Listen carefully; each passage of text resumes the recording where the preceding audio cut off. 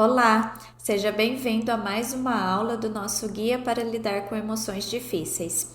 Nessa aula, o objetivo principal é te apresentar algumas estratégias úteis e funcionais para lidar com as emoções e para trabalhar a aceitação daquilo que é difícil de sentir.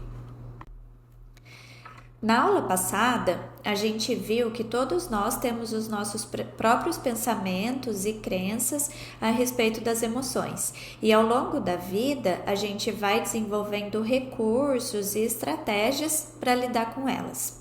Um ponto importante é a gente entender que todas as emoções, sejam elas agradáveis ou desagradáveis, fazem parte da experiência humana.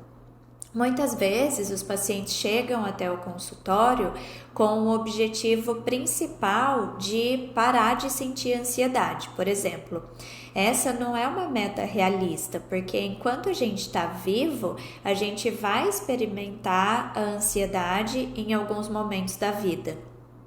Então, uma meta mais realista seria aprender a lidar com essa ansiedade ou com qualquer outra emoção mais intensa e desconfortável e saber o que fazer quando essa emoção vem à tona.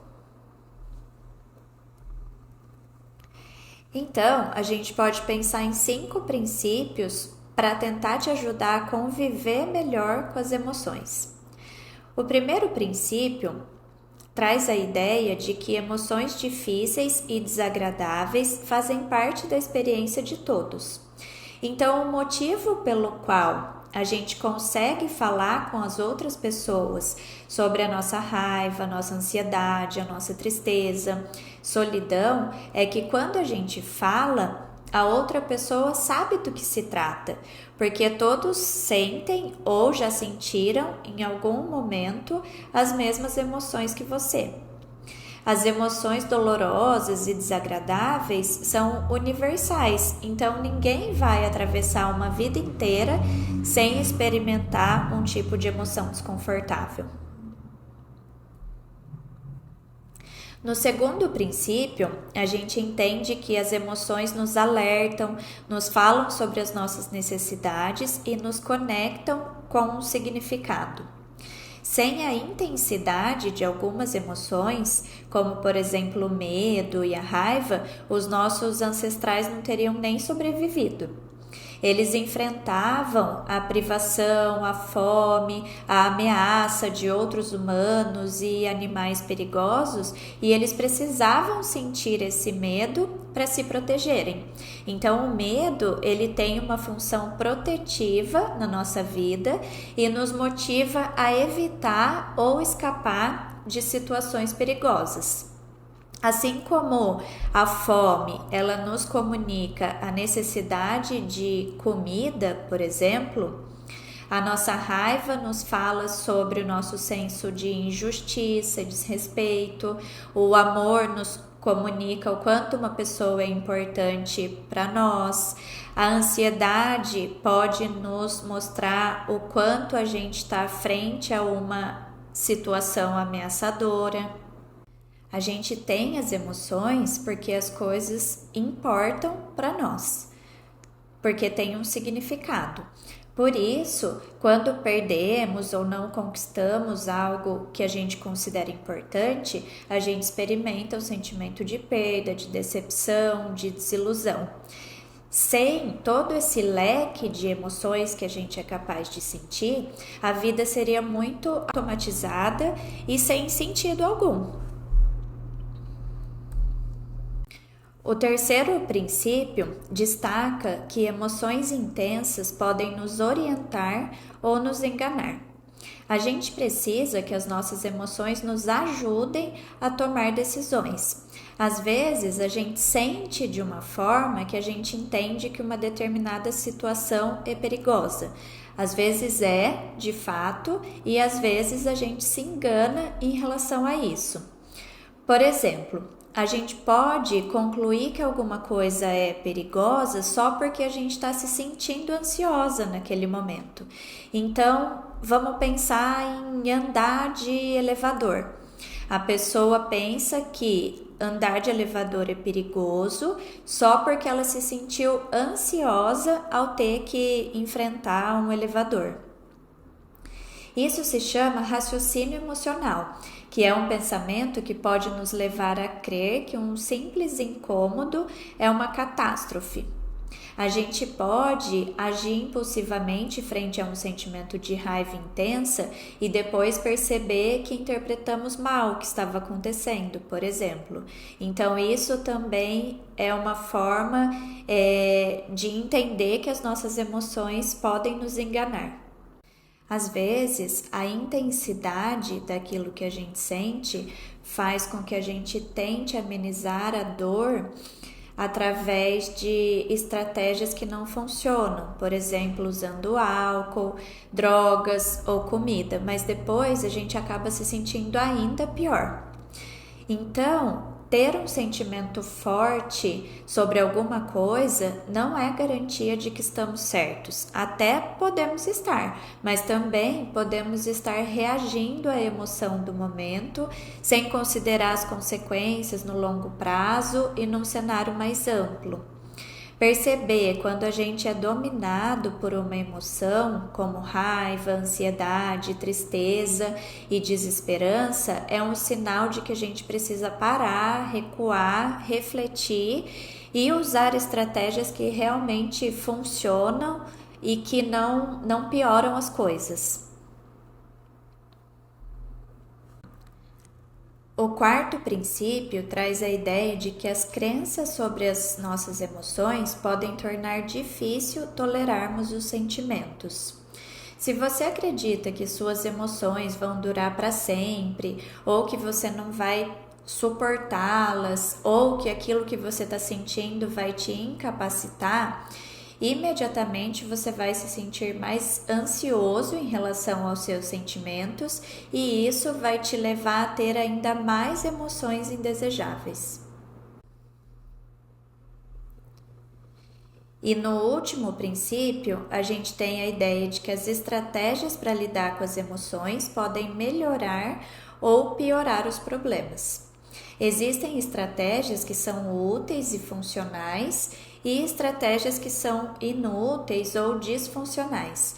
As estratégias disfuncionais incluem tentar evitar qualquer desconforto com comportamentos de beber em excesso, por exemplo, ruminar sobre os sentimentos, culpar as outras pessoas por aquilo que está sentindo, comer compulsivamente, se refugiar na internet, passando horas no celular, nas redes sociais, nos jogos online, ficar muito passivo frente às situações e se isolar.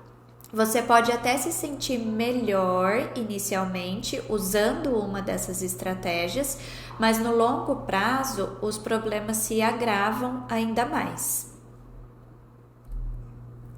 Vamos pensar aqui no caso da Joana, da aula passada, que sofre com uma preocupação e uma ansiedade excessivas em relação ao trabalho. Então, temos uma situação em que a Joana chega em casa do trabalho, ela está se sentindo muito ansiosa, estressada, preocupada, e o pensamento que ela tem em relação a essas emoções é: eu não aguento mais me sentir assim, preciso relaxar. A partir disso, ela tem um comportamento, que é o comportamento de beber algumas doses de bebida alcoólica antes de dormir. A partir desse comportamento, a gente pode pensar em algumas consequências, tanto de curto prazo quanto de médio e longo prazo.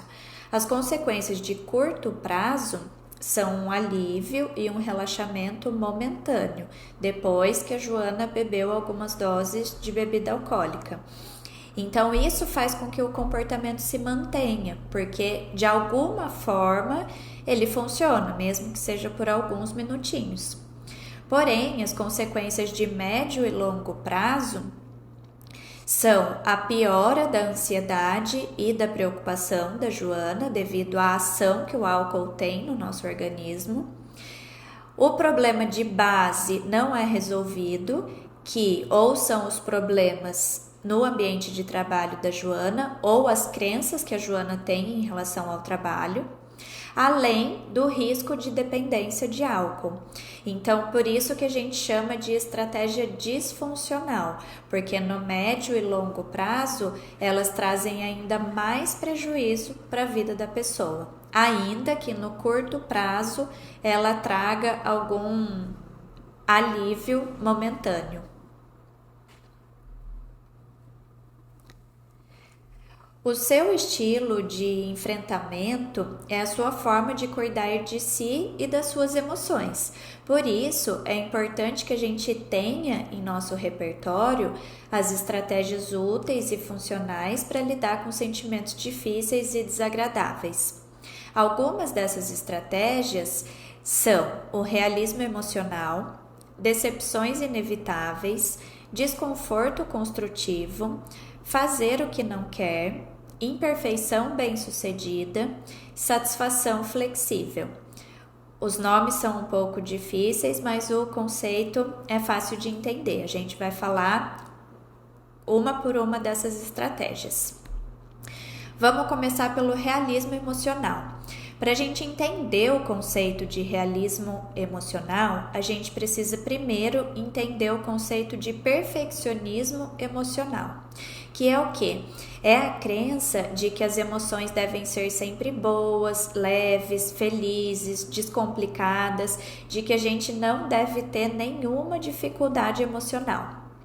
Isso é muito pouco realista. Então, o realismo emocional consiste em abrir espaço para todas as emoções, para que a gente possa aceitá-las, normalizá-las e tolerar os sentimentos difíceis que fazem parte da vida de qualquer pessoa. Uma outra estratégia é a decepção inevitável. O objetivo da nossa vida não deve ser a felicidade total ou a ausência de qualquer decepção, porque as coisas nem sempre saem conforme planejado e a gente precisa aprender a lidar com isso de alguma forma. Isso significa que a gente precisa seguir em frente, mesmo quando as coisas não dão tão certo, ou mesmo que as outras pessoas não nos entendam completamente. Então, decepção inevitável significa que, junto com o que é bom, haverá algo que não é tão bom. E se a gente conseguir entender que algumas decepções fazem parte da vida, então não teremos que desistir ou ficar sem esperança quando essas decepções acontecerem. Próxima estratégia é o desconforto construtivo. Então, pense em alguma coisa que você realizou na sua vida. Alguma coisa que você fez e foi importante para você. Dirigir, por exemplo. Dirigir é algo que demanda tempo, esforço. A gente passa por frustrações e desconforto no processo de aprender a dirigir. Isso também vale no caso de superar a ansiedade, que requer tolerar o desconforto que ela causa, enquanto você busca um objetivo que é mais importante para você.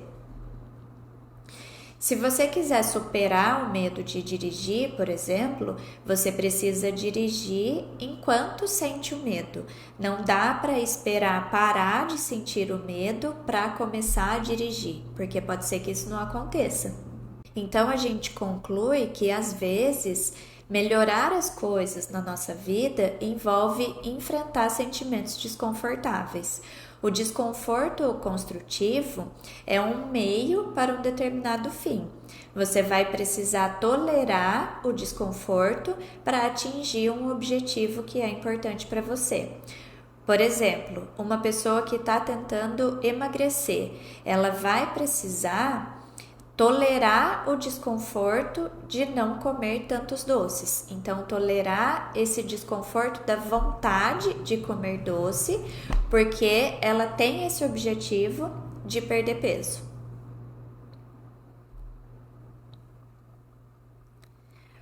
Uma outra estratégia é fazer aquilo que a gente não quer. Progredir envolve fazer coisas que não queremos. A questão não é o que eu quero fazer, e sim o que eu estou disposto a fazer para alcançar os meus objetivos. Vamos pensar, por exemplo, na atividade física. Muita gente não tem aquela disposição ou aquela motivação para se exercitar. É muito melhor a gente ficar deitado, sentado, assistindo a nossa série preferida, né? Mas não dá para ter uma vida melhor fazendo somente aquilo que a gente está com vontade. Então é importante a gente fazer porque aquilo é significativo para nós e não porque estamos com vontade.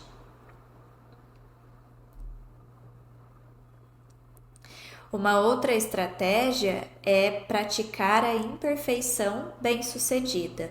Uma das crenças problemáticas que dificultam o nosso progresso é a ideia de que eu preciso ser perfeito para progredir. Na verdade, o que importa é o progresso e não a perfeição. Vamos imaginar que você está sedentário e decide começar a se exercitar. Talvez você ache que já deve começar treinando 1 hora por dia, 5 vezes na semana. Seria ótimo, mas nem sempre a gente consegue alcançar esse objetivo logo de cara. E aí, isso te coloca em um risco de cair no funcionamento tudo ou nada. Ou seja, eu penso, ou eu faço o exercício desse jeito que eu planejei, 5 dias na semana, 1 hora por dia, ou então é melhor eu nem fazer. O importante é a gente encontrar uma forma de conseguir começar, mesmo que seja imperfeita. Se você consegue começar com 20 minutos de caminhada 2 vezes na semana, 1 vez na semana, ótimo! 20 minutos ou 40 minutos de caminhada na semana te aproxima do seu objetivo de deixar de ser sedentário. 0 minutos de caminhada porque não conseguiu fazer o que considera perfeito, isso te afasta desse mesmo objetivo. Então, cada passo que você dá na direção do seu objetivo deve ser reconhecido e valorizado. E a última estratégia é a satisfação flexível. Todos nós temos expectativas sobre os nossos relacionamentos, trabalho, renda e estilo de vida. A satisfação flexível é perceber que as coisas podem ser boas, ainda que a gente não tenha todas as expectativas atendidas. Frequentemente, a gente trata essas expectativas como se fossem exigências e regras de vida, e não como preferências. E aí, quando essas expectativas não são atendidas, a gente se sente infeliz. Por exemplo, vamos pensar numa mulher de 32 anos que se sente frustrada e fracassada porque na cabeça dela, ela já deveria ter casado com 30 anos. Tudo bem que ela tenha esse desejo de estar casada, mas o fato de ela querer daquele jeito não garante que vá acontecer exatamente dessa forma. Então, uma forma de lidar com isso é se perguntar como ela se sentiria se ajustasse um pouco mais essa expectativa para se adequar ao real momento que ela está passando. Ao invés de ficar presa ali na idade certa para se casar, ela poderia se concentrar em perceber todas as coisas boas que já realizou até o momento e, de repente, também pensar que o mais importante pode ser encontrar uma pessoa legal e não a idade com que ela vai se casar ou não. Ser flexível com o que pode deixá-lo satisfeito pode libertá-lo de muito desconforto emocional. E agora, para exercitar o conteúdo dessa aula, a gente quer que você pare por 1 minuto e reflita sobre um momento em que você experimentou uma emoção intensa. Pode ser raiva, ansiedade, tristeza, solidão, tédio, qualquer coisa que você consiga identificar como um desconforto emocional. E a partir disso, imagine 2 cenários diferentes. Um em que você usa uma estratégia disfuncional para lidar com essa emoção e outro no qual você usa uma estratégia funcional para lidar com essa emoção. Então, nesses espacinhos em brancos, você vai colocar qual é a situação, quais são as emoções e qual é a estratégia utilizada, tanto a disfuncional quanto a funcional. Qualquer dúvida, é só escrever aqui embaixo que a gente vai responder. É isso, muito obrigada e até a próxima aula.